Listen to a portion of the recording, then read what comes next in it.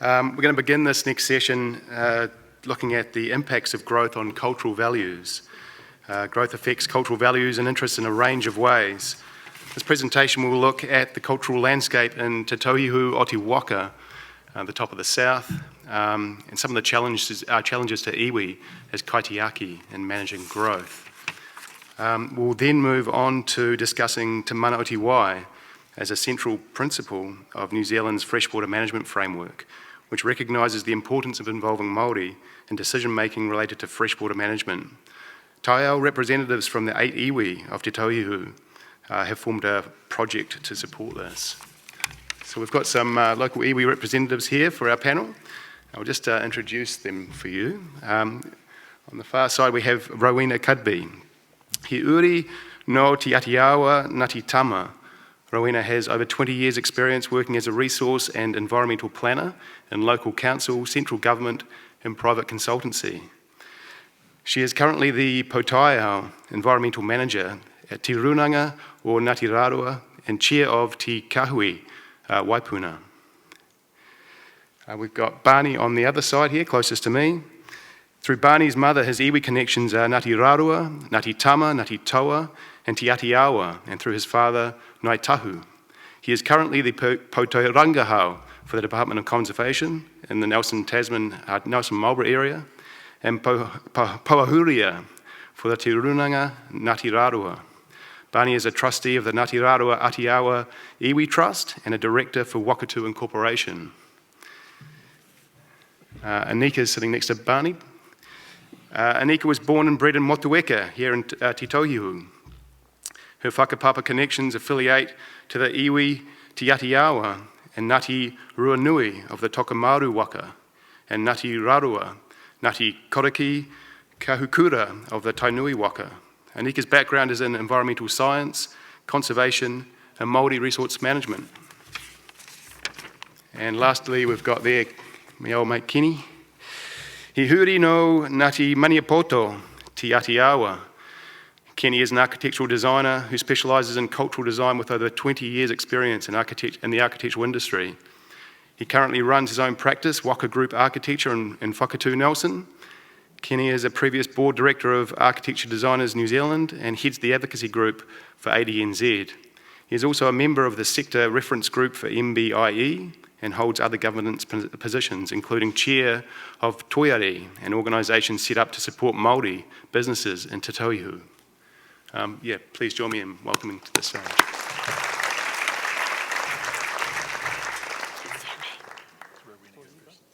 Go up there.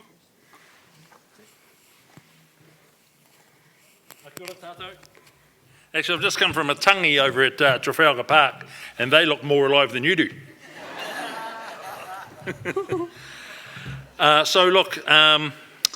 We are here to talk locally. So we'll go into our mihi, and thank you for the introduction. We were here this morning and I dropped a couple of little issues that we have out the left here, and there's a couple that we have out on the right here as well. So you'll see this map here, that black line. Sorry.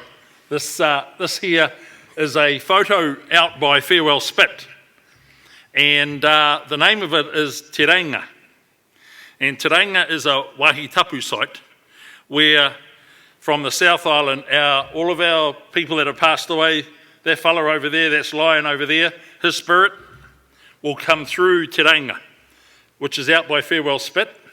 And for those of you who fly from Auckland, when you come into Nelson or you go out of Nelson, you'll have a good view of Farewell Spit. Te Reinga is that wahi tapu site where all our spirits go to get to the north. So this here is an important site for us. And so who are we? We are 8 iwi. And I think it was William this morning, he goes, how am I going to remember 8 iwi? I said, well, hold on, let's clump them down into waka. So I said, remember the 3 waka of Tainui, Kurahopo, and Tokomaru. And so you'll see up here the iwi associated to those waka. And it's important that the people on the ground, and you will have this situation wherever you come from, because the Crown have done a wonderful job in brainwashing us to say, actually, it's the iwi that you have to deal with. Well, that's not right. It's the hapu you have to deal with. It's the people that live on the ground. The Crown have come to us and said, right, well, this is who we're going to deal with. We're going to deal with the iwi. But when you are working, and you are working with the people on the ground, it will be the whānau and the hapu that you are dealing with, because if you're not dealing with them, they will get really anti with you. If they're living on the land, they should be making the decisions. They are the decision makers. Okay, so what's this map? This is the map of Te Tauihu, or Te Waka a Maui. So this is Maui's Waka. The South Island is known as Maui's Waka. And here in this black line here is the front end of the Waka. That black line is the appellate court line, the 1990 appellate court line that Ngāi Tahu went to court with, and the courts found that this was their boundary. Their boundary. So Ngāi Tahu can't come any further north. Actually, they didn't say that we couldn't go any further south. And so on the left-hand side, we have Kahurangi Point, and on the right-hand side, Paranui-a-Whiti. Paranui-a-Whiti is just south of Blenheim. So that's what this line here is.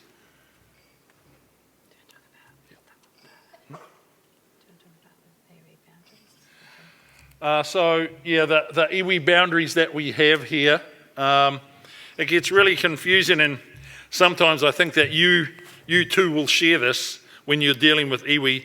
Where are their boundaries? And sometimes it gets really political. So our job is to assist and support our local people here to understand where these boundaries are. So over in the Golden Bay, we have the marae there, and there are 3 iwi. So we say to our people, local people here, understand the marae, you'll understand who's there. And so I got a phone call 2 weeks ago from a lady. She's probably in here, Jane somebody, and I had COVID, and I wasn't really up to talking to her for that long. I said, ring me back, but she wanted to know all the contact details for all the iwi here. And I said, well, actually, it's a little bit longer than that. You need to find who's who and what are the politics. The boundary lines here on the eastern side, we have 3 iwi. In the centre here in Nelson, we have 6 iwi, and then we have another 2 in Motueka. And as I say, 3 over in the Golden Bay. And you're probably thinking, how do they work that out? It's easy for us because we live, eat and drink it. And so we understand it. But for you, you need to understand it as well. And so sometimes we get a ring from Kenny and he ambushes us and tries to get the shortcut through the system. And it's good taking a shortcut, but don't get caught doing it, is how I explain it. You want to talk about that? Yeah. O kia ora koutou. Can you hear me all right?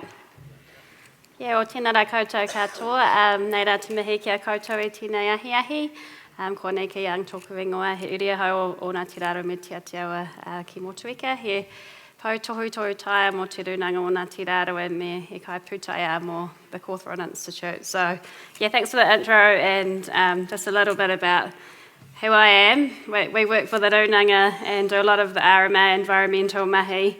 Then I also work as a scientist at the Cawthron Institute, and then hang out with this guy a lot.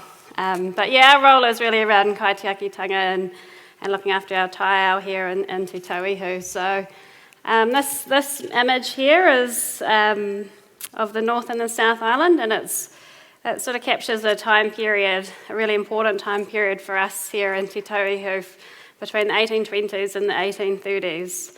And we call it the period of the hekinga, or the migrations. And you'll see, oh God, I thought Barney would be terrible at this, but turns out. So you'll see these fires, and these are the ahika. The ahika is basically the people who keep the home fires burning, but it sort of signifies where we came from. So for all the iwi that reside here in Te Tauihu, basically we came from up north. And you'll see that between these fires there's different coloured lines, and there's 4 different migrations or hekinga that occurred between those time periods. And it really started off with a guy called Te Paraha, who you might know of. He was a bit of a dude back in his time. But after the sort of the Ngāpuhi wars, where they got a hold of muskets, God forbid, and it put pressure on us to sort of move down and start moving south. And so Te Paraha basically made alliances with a lot of the iwi sort of from the Kawhia, Marokopa area, and that's kind of up here. There's Kawhia, Marokopa, and started moving down further south. Came into the sort of northern area of Taranaki there, hooked up with some of the tribes there. So basically, if you didn't join them, then you would have been in the hangi. And so making alliances and moving further south. So all the Tainui waka iwi came from up here. Caught up with Taranaki, Tokomaru waka and the iwi there, Te Atiawa, Ngāti Tama, and then continued to work further south along the Waikanai coast, along through into Kapiti, and then into Whanganui Tara, into the Wellington region. And there were a range of different wars that took place there. And then we jumped on our waka and came across Raukawa Moana into Te Tauihu. So all of the iwi that we talked about on this slide, basically we're part of those hekinga migrations, and that's why we're here today. And I don't know if you want to... Other than Kurahopo. Kurahopo. Yep. Yeah, so it makes it a little bit complicated in terms of who you talk to, because we actually all came together as a group, and so there's a lot of differences and similarities around what we do in terms of our language, and that all the marae across Te Rohi have mixed iwi and that kind of thing. So anyway, moving right along. Okay, so these the treaty settlements in the whole of the South Island now, we're all settled. Ngaitahu are settled, we're settled, and everyone thought that would sort out who's who, where. Well, actually, it only made it worse, because then the Crown decided, well, these people here have got interests over here, and these people here have got interests over here, and the Crown gave, for example, Rangitane and Ngāti Toa interest across that black line that I talked about, but they've got to tell Ngaitahu. And so there's a few issues that are in the wind. But for here, the Crown put us into large natural groupings. And you either joined that natural grouping or you went to the back of the line. So it wasn't much of a negotiation. And so they put us into large natural groupings. So they put Kurahopo into one, the 3 iwi there. They put Tainui and Tokomaru into another one, and they put Ngāti Toa into another grouping of their own.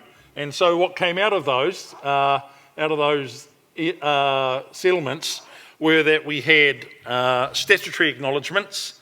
So we had different iwi having different statutory acknowledgements over different rivers and different historical places. And the councils are required to consult with those people that have the statutory acknowledgements, but it doesn't necessarily make them mana whenua. And so for those with the councils, they have issues about trying to bring everyone together. Then we have the cultural overlays and acknowledgements of mana whenua status. And so these are sites that are specific to the iwi. And so, for instance, Farewell Spit is a site, Waikato Pupu is another site, and there are others around the top of the south. And then we have the commercial redress. And for example, schools, forest lands, government departments, police and courthouse. And that was through commercial redress, not via the cultural overlay. So these were commercial transactions. And today, some of those commercial transactions, some of the iwi are saying, well, we're mana whenua now. Yeah, we've got a few issues with those. Cool. So really like the slogan, Growing Pains. I think that really captures a lot of what we're dealing with at the moment, and particularly with the RMA and the iwi space. But just to sort of bring a bit of context to that area, you know, there are some pretty significant values and tikanga and practices that occur across the rohe here, and that's really what drives the mahi that we do. So Barney, I'll hand it back to you. Yep. So actually, it's by way of whakapapa, and so because of my mother's whakapapa and my dad's whakapapa through to Ngaitahu, when I cross that black line, they remind me that I'm Ngaitahu, and then when I'm up here, my people remind me that don't worry about Ngaitahu, it's your interests are up here. Yeah, there are, as kaitiaki, we have a responsibility, and we will fight the councils. We will fight the councils to court, but we don't take them to court just because we feel it's the right thing. It's on a matter of principle. So as kaitiaki, you know, when I die, my daughter is going to be right behind me, and then my granddaughter right behind me. So if the councils think, well, when that fella dies, we'll get rid of him, well, that whakapapa will kick in. And so for us, it's about the responsibilities of looking after, we call it the taiao, it's the environment. Looking after that environment, not just for my granddaughter, but for your granddaughters as well. And so we have that responsibility as kaitiaki. And just in terms of whakapapa, you know, whakapapa is actually our connection to taiao as well, which is a fundamental difference between the Western way of looking at things and the Māori way of looking at things. So literally, you know, the maunga pukioni over here, that's our tupuna, and we whakapapa down from that maunga. So it gives you a different perspective of how you view the world, essentially, and that's what drives us. But across the landscape, there's also, everywhere you go, and Barney gave us a pretty good demo this morning about, you know, the narrative and the histories and the pūrākau of who we are as a people in this region. So everywhere you go, there's a story, and our people lived right across the rohe here. So that history hasn't been told, and we're actually, it's really cool because it's now going to be in the curriculum, but every place in New Zealand has a story, and I think for you guys in the mahi that you do, there's always that question, what was happening here prior to settlement? So we won't talk about the stories, but you know, that's a really big part of who we are and our connection to place. Yeah. So just out to the right, I talked about the left this morning, I'm going to talk about the right now. Over here by the awa, that's our tūpuna awa, the Maitahi.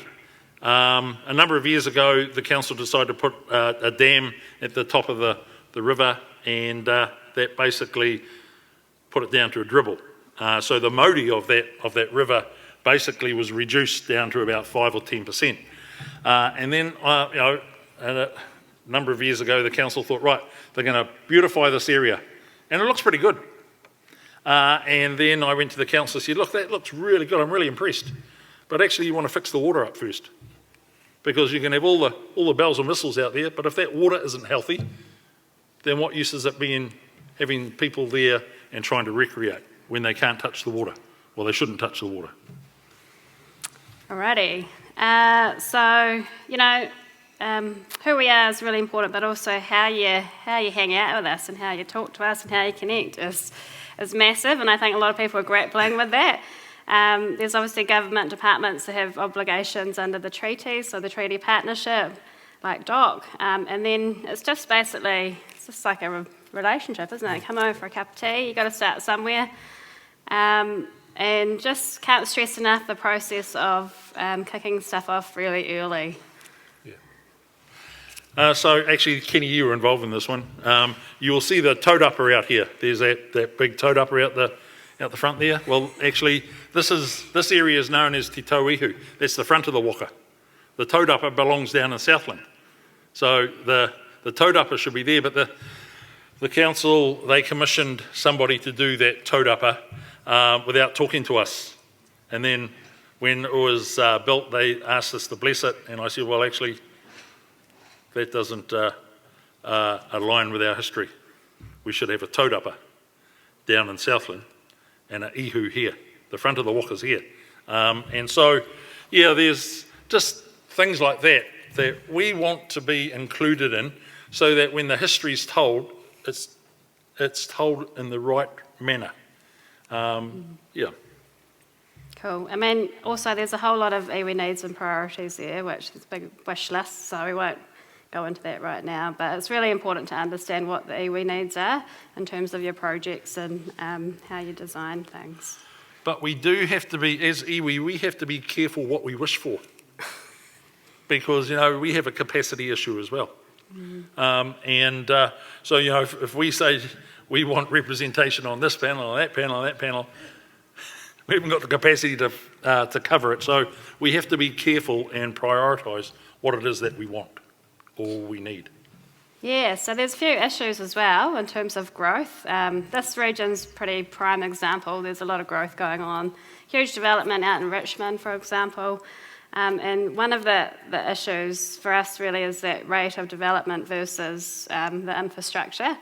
And that's a massive issue in terms of the fresh water and the free waters, and now it's the 10 waters and all the waters. But, it's for us it's always the same, and it will always be the same, regardless of the political, nuance of the day. So, so we've been dealing a lot with wastewater, with Te Mana Te Wai, which Rowena is going to talk to you about, and protecting the mauri of those areas. But we can't keep up with the rate of development. So we have a couple of stormwater cool projects going on with council, but when we can see what's going on out there, we've got climate change looming.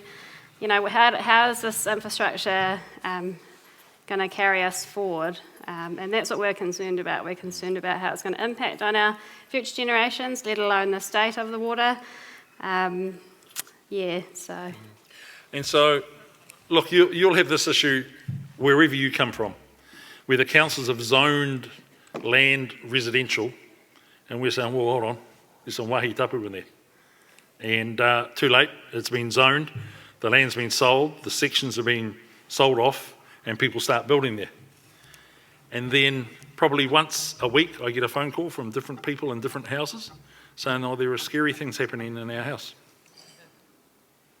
And if we had had input at the right time and the councils had listened to us, they wouldn't have zoned those areas residential. And so on Tuesday, I'm going out to another house in Riwaka, and the owners want to move out because they can't live in that house anymore. And so these are the issues that we have, because it's the house owners that come to us and they ask us for our support and our help. And our manaaki says we need to help them. But actually, that decision making prior to that, we should have had input at that time, not later on. And another example is, of course, the wastewater treatment plants that are located all along the coastline, from Nelson right round to Motueka, and in our Mahinga Kai areas. So we haven't harvested for years and have opposed those wastewater treatment plants. We are working with council now to develop regional wastewater strategies, things like that, but that's offensive kind of stuff. So that, they would have been put there 30, 40, 50 years ago, and so now we're looking about, how can we actually improve what we're doing? So moving those wastewater treatment plants to land, but ensuring that, they're not in wahitapu areas or impacting on our wai. So a number of years ago, there was a sewage pipeline that was planned between Kaiteritiri and Motueka. And so they were going to pump all the sewage from Kaiteritiri through to Motueka. We fought the council because they were putting it through one of our estuaries. And when we got to court, we said to the judge, well, he goes, what's the Māori name for that estuary? We said Tapu Bay. We didn't win that case, but we didn't lose it either. So the court gave the council 14 years to address the issue. On the 13th year, the council came to us saying, oh, look, we're wondering if we can have an extension. And we said, no, we will see you back in court. So they found the alternative route to go around the road. And our belief is if you have paru in your community, you should address it there, not pump it into someone else's rohe. And I think we're probably a bit over time, but just to reiterate the importance of the kaitiaki role. And we're not scary, you can come have a kōrero with us, come have a chat. But it's really important to understand the history in your area. Wherever you're working, there's a history, and that will help to determine who you talk to and what you're dealing with in those areas. Kia ora, nō reira, tēnei te mihi kia koutou. Kia ora. Any final comments, Barney? Oh no, I just think that as Aneika says, we're not scary. We want to assist and support because in the long run, that'll save us time as well. So if you are going to be dealing with iwi, you need to know, 1, get a relationship, 2, understand the politics, and 3, at least ring them, make contact with them, take along a packet of biscuits, sit down, have a cup of tea, and have a kōrero. It doesn't hurt to talk because the earlier we are engaged, if there are any issues, the more time we have to address them. So nō reira tēnā koutou.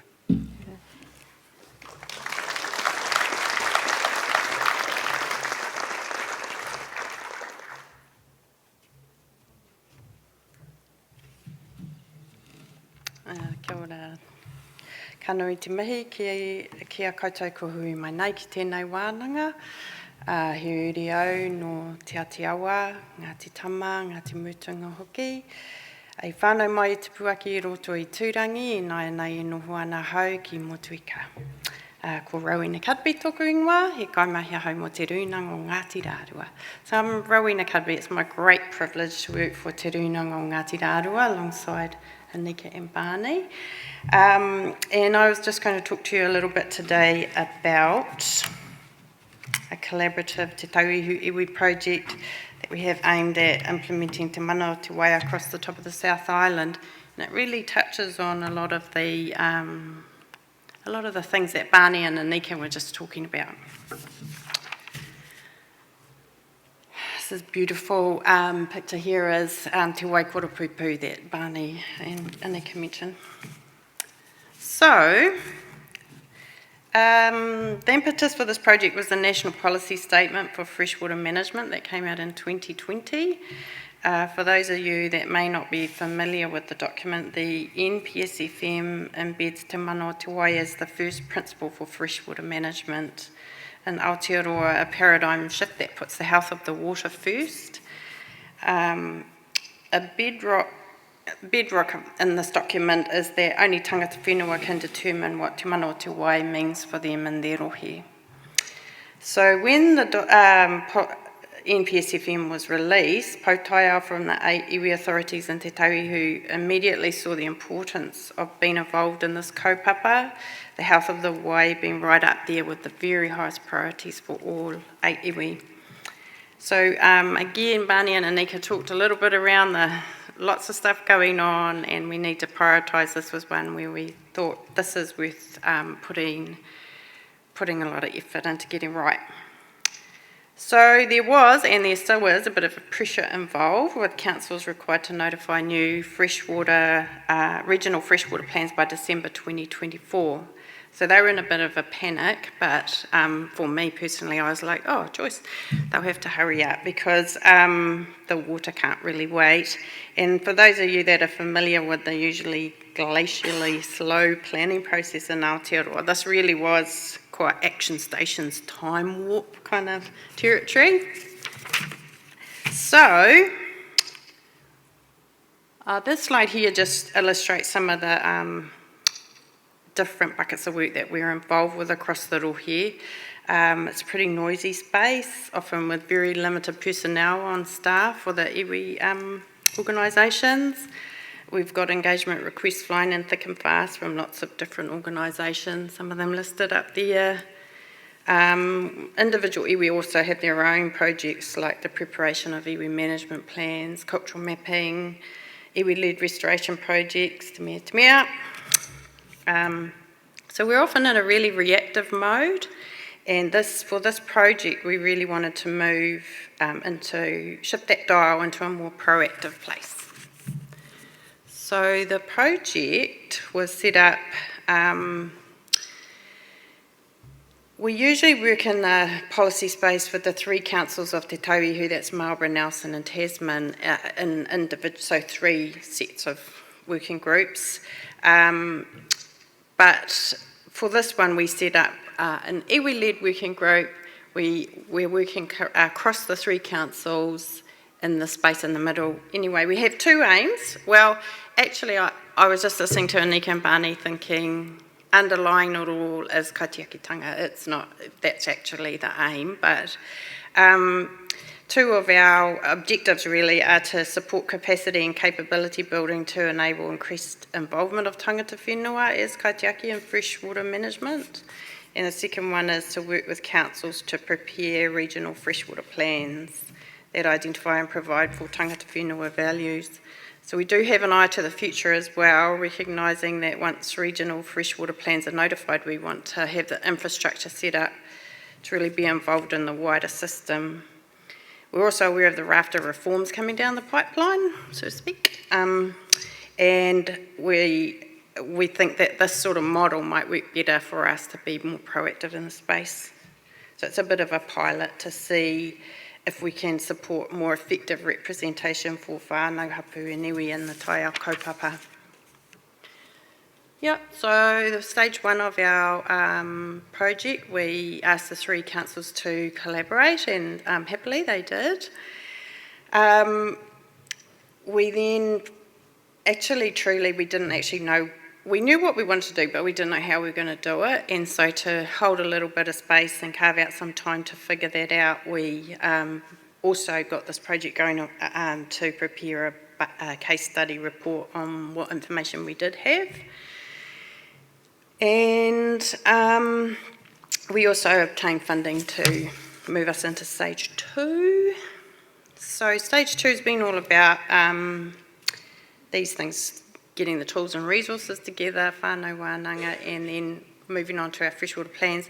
We appointed a project manager first up, and something I think that's often not well understood is that the time involved for us in ensuring that the mana motuhake, the separate identity, autonomy and individual authority of each of the 8 iwi is protected. So it takes a lot of time for us to be respectful of each other's mana motuhake. And so the project manager was a really key part of it for us, because that person, she's fantastic, got just the right person, but she can act as an independent facilitator. So yeah, we're in the process of holding those whānau wānanga. We've had a series of wānanga for kaimahi, for workers at the Trust, to get our heads around what the NPSFM means and prepare ourselves to sit at the policy writing table with the councils.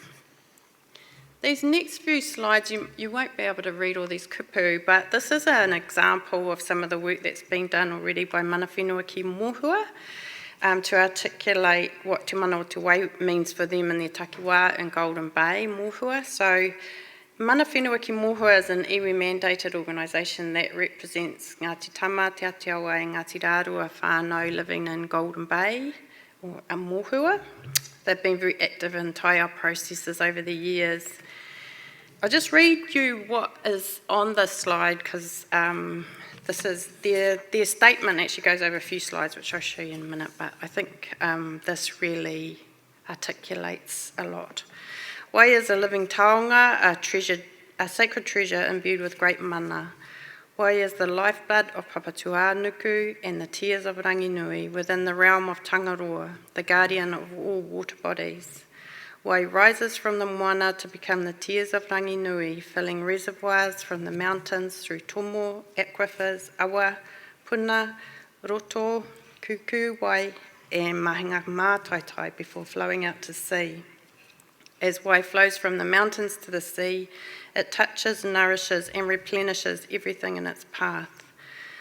Whakapapa connects mana whenua to ngā taonga tuku iho, the sacred treasures which are sustained and nurtured by Wai. As kaitiaki, mana whenua seek to protect the mauri and wairua of Wai for present and future generations, a responsibility that safeguards the physical and spiritual integrity of the water. The mana whenua ki mohua statement goes on to detail a number of things. Again, you won't be able to read this, but it goes on to this beautiful artwork in the centre here by mohua artist Robin Slow. It depicts the mana mauri of Wai, the whakapapa connections, the spiritual and physical dimensions, and so much more. There's reference to Huriawa, the kaitiaki, the guardian that resides under ngā puna o Te Waikoro Pupu. They discuss the taonga species that reside in ngā puna o Te Waikoro Pupu and other water bodies in mohua. The interconnectedness of the mauri of Wai is clearly shown with reference to Wai as it travels from the mountains to the sea. There's also information on some of the threats to the mana and mauri of Wai that whānau experience within their particular rohe and the opportunities they see as kaitiaki. This is a beautiful piece of work and, as you can see, very different from your standard regional plan. So what does this mean for you as landscape planners? For me, when I look at this, it provides a really clear articulation of all the elements of Wai for tangata whenua at their place. I think this type of information will make it really easy for people like yourselves to understand what te mana o te Wai means for tangata whenua, in this case the haukainga in Mohua, Golden Bay. And so when you're working on developments, that's one of the things I think that will be really helpful for you. For us, you know, this isn't a regional plan, but when I look at it, I can put that into a regional plan. I can make sure that that is articulated in the objectives and policies and rules that we'll be working with the planners on. Oops. This is a water body on the outskirts of Mapua. Clearly its mana and mauri has been sorely tested by past land use practice. It's located in an area of significance to tangata whenua. It's been artificially channelled and all sorts of things drain into it. The developer in this case is wanting to restore the surrounding area to its original state as wetlands. This is one of the really interesting projects that Aneika was saying is happening at the moment. I think it's fairly easy to see from the mana whenua ki mohua example how information like the haukainga there have prepared will assist in articulating their aspirations as, well, they're not tangata whenua in this area, but that type of information would really assist, I think, articulating the aspirations of tangata whenua as kaitiaki when it comes to involvement in this type of mahi, so that poor little water body there will one day hopefully be restored to the wetland that it originally was. So that's just a little bit about the Te Tauhi Ihu Iwi implementing Te Mana o Te Wai project. For us it's a really long, well, it's a long journey, but it's a short part of the history of water, of course, and we hope it's the start of a new way of doing things and working more effectively and efficiently as kaitiaki and te tauihu. So kia ora ngā mihi nui kia koutou. I'll hand on to Keni-Duke.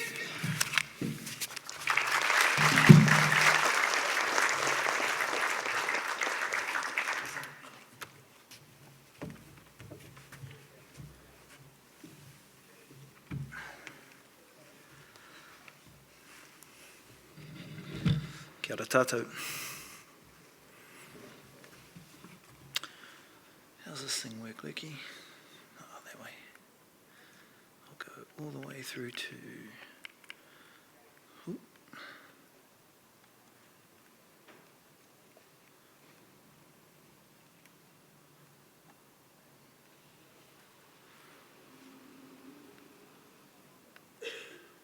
Some of those other slides didn't come up, but that's okay. Kia ora tātou, ko Kakepoku te maunga, ko Mangarapa te awa, ko Tainui te waka, ko Ngāti Maņapoto te iwi. O te ranga haurua taku kāinga e nari I naenei, he noha ana ki whakatui te waipounamu.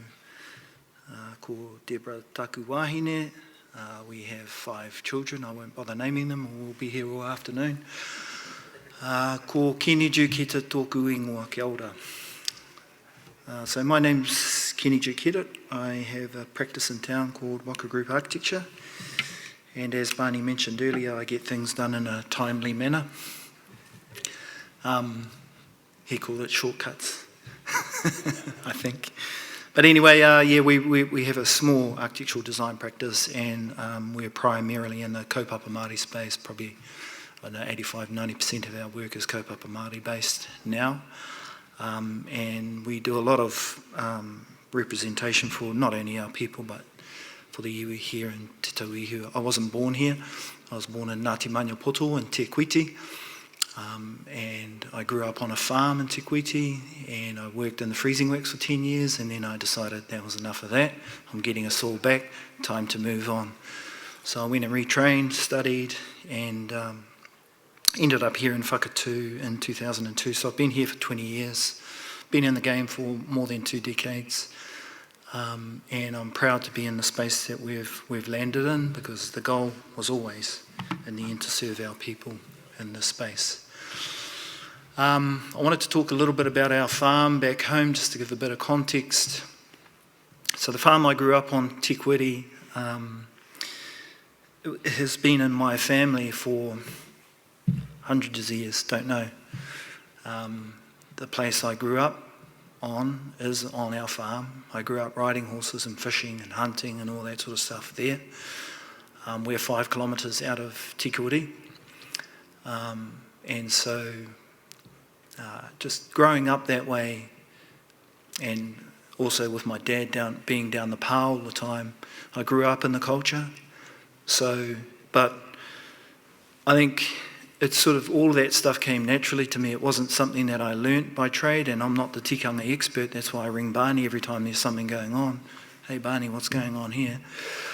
But I think a lot of that stuff is sort of naturally imbued in us, and growing up around the pa too was a biggie. So I spent most of my time, if I wasn't on the farm riding horses and shooting goats with my bow, I'd be down the pa with Dad doing all sorts of stuff down there. So when I started this architectural practice and started moving into the cultural aspects of it, all that marae work that we do now sort of came naturally to me, because I know how the thing operates and who's who in the zoo and all that sort of stuff. So the more and more we got into that work, the more we got into this cultural kind of landscape space. So I guess I could start with consideration of our future cities and urban design landscapes. And if I just jump back to this farm thing, right now, I took the farm over with my wife 6 years ago, so we're going through a kind of a regenerative process on the farm itself. It's a kind of a restoration project. We've just planted 40 to 50 acres out in wetland down the bottom, where we've been battling with all that land down the bottom to keep it in grass, or my dad used to. And I said to my brothers when I took over the farm, we're not doing that anymore. It wants to revert. Wants to go back to wetland. I want to hear the frogs again. So as soon as I took over, we locked that area up down the bottom. I think there's about 10,000 natives there at the moment, and we're planting out another 50 to 60 acres of land. It'll be the biggest wetland in the King Country, Waikato area, private land. And so the idea is that I can see it for what it is. I can see the whenua for what it is. And we're trying to save it. We're trying to bring it back to where it wants to be again. This is really important for me, and we're looking at regenerative farming processes now to bring the land back and to get the circle going again. I mean, you guys all know what I'm talking about there. What I'm pointing out is that the whenua, to me, my ancestors have been there for 800 years. They're all buried in the cliffs around there. I know where they are. That's where I come from when I whakapapa. I come from this land. So for me, it's a pain in the ass because I'm so tied into the land. But it's also a responsibility, and that's why it's a pain. It's a love-hate relationship because I can't get away from it. I tried to run down the South Island away from our land and still didn't work. Like, it keeps me coming back, you know. And so I have a responsibility to look after this piece of land that we've got in the King Country and take care of it. And you guys are in the same space. Each one of you have got a thing that you're working on. And the land, to me, is crying out. I fly over to Auckland now, I fly over Hamilton, you can see the urban sprawl that's going on. It looks like a cancer to me on the land. And I'm coming from a background where I am so tied into that land that I'm super sensitive to what's going on. So, you know, you have a responsibility. And that's why when Luke reached out to me, I thought, well, I need to get Barney and Aneika and Rowena in here to talk about this stuff because it's bloody important. It's important that our cities are developed well, these subdivisions are controlled, that we look at all the issues that we've got going on and we address them full on. So some of the challenges from a cultural perspective that I've noticed, thanks Vicky.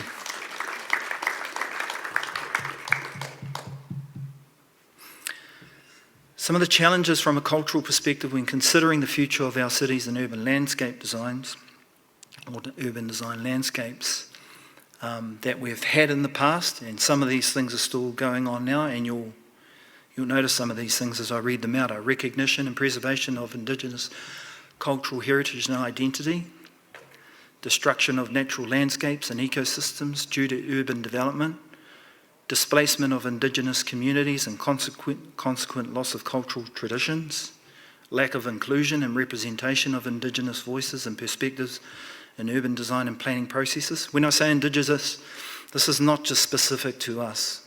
These are things that are happening around the globe, right? And I use sort of Indigenous, iwi, as Barney mentioned, hapu, interchangeably because it depends on the context where you are in the motu. And so I use those words interchangeably.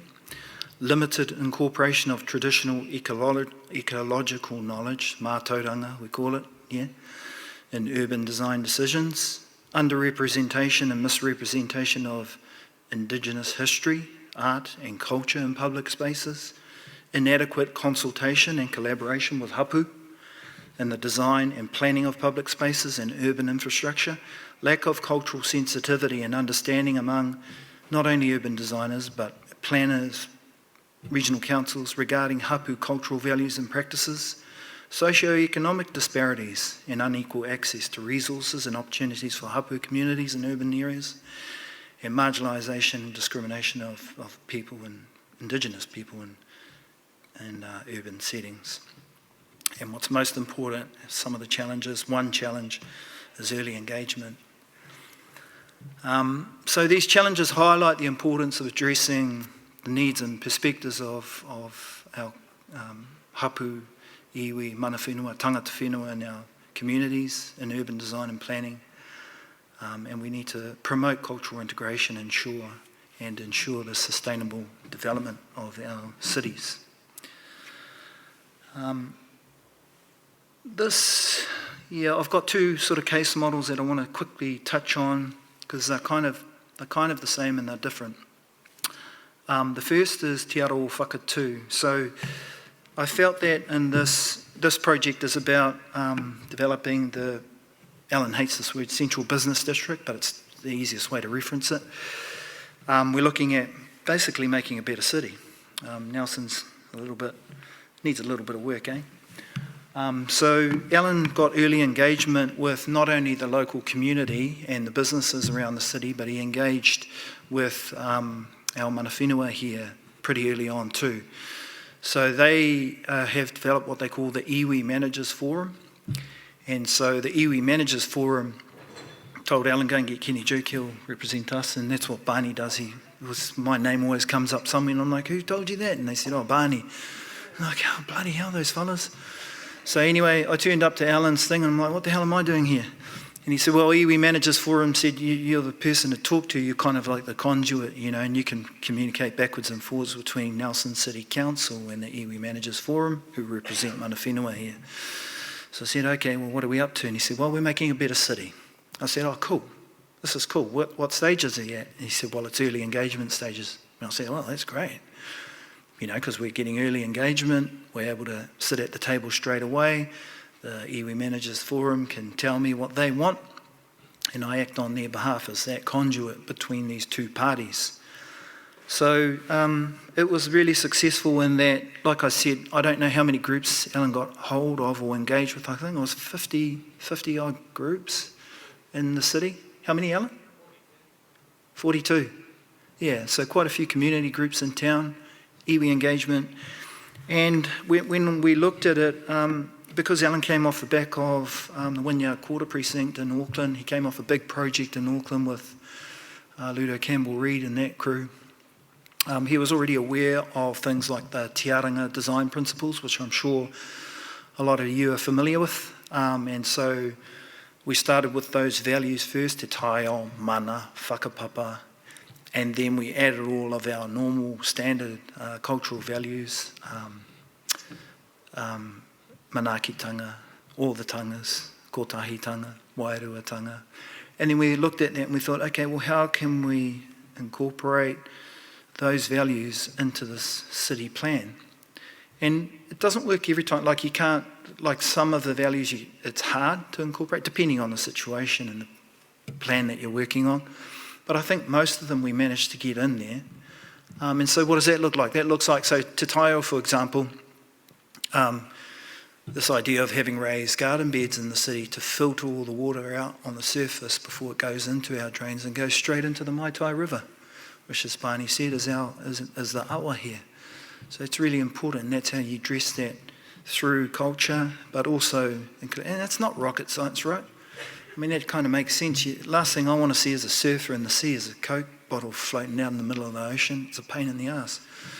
So we took all of the values, and that's how we incorporated them. Early engagement, great communication, and I felt that Alan and the Nelson City Council at that point and in that particular project had a great approach.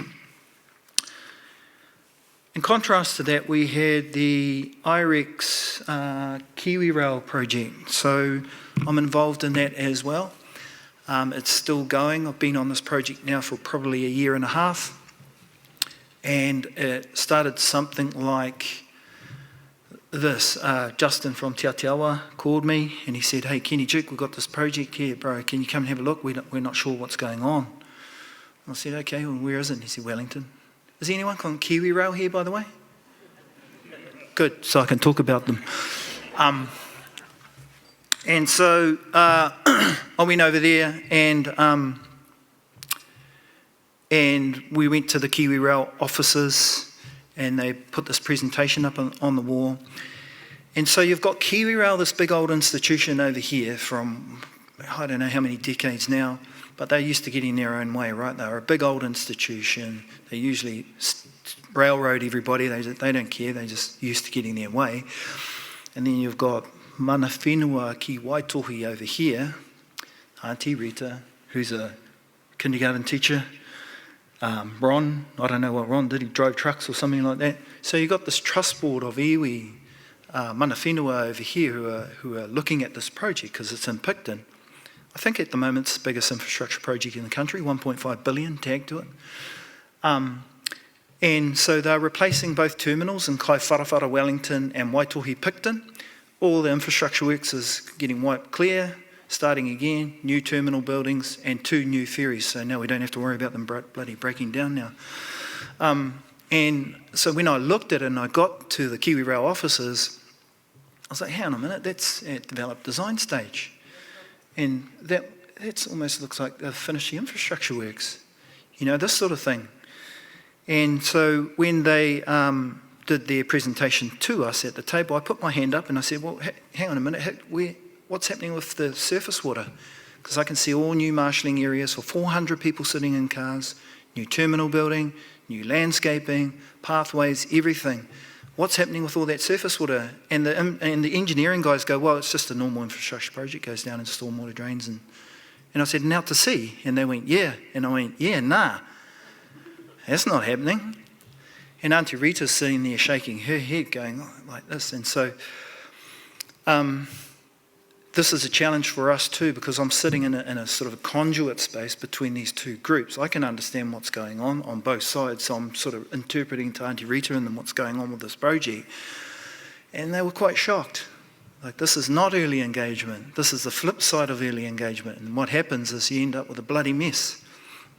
So after a year of sort of backtracking a little bit and going through these design meetings, we have a 1-hour meeting every Friday in the design team. There are 200 people on this project, and the design team's a bit smaller.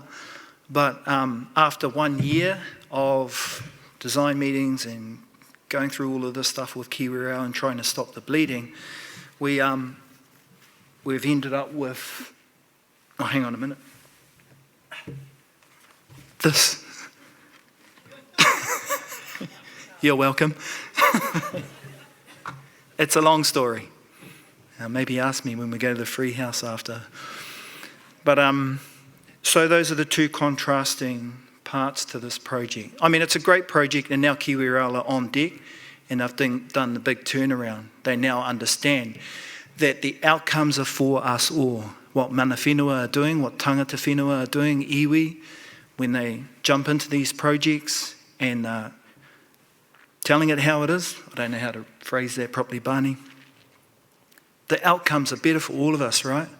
For sure, because now we've got raised garden beds in the whole marshalling areas.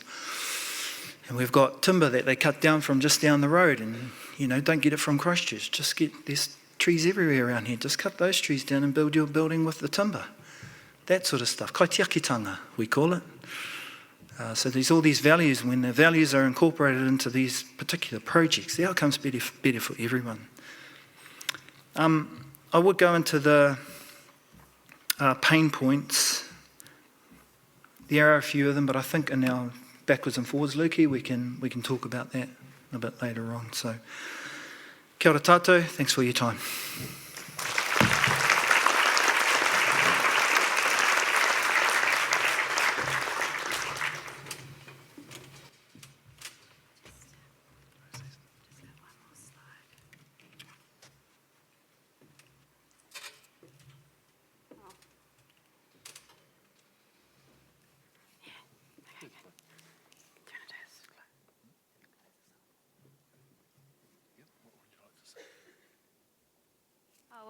Well, actually, let's stand up, because you're looking like you're asleep.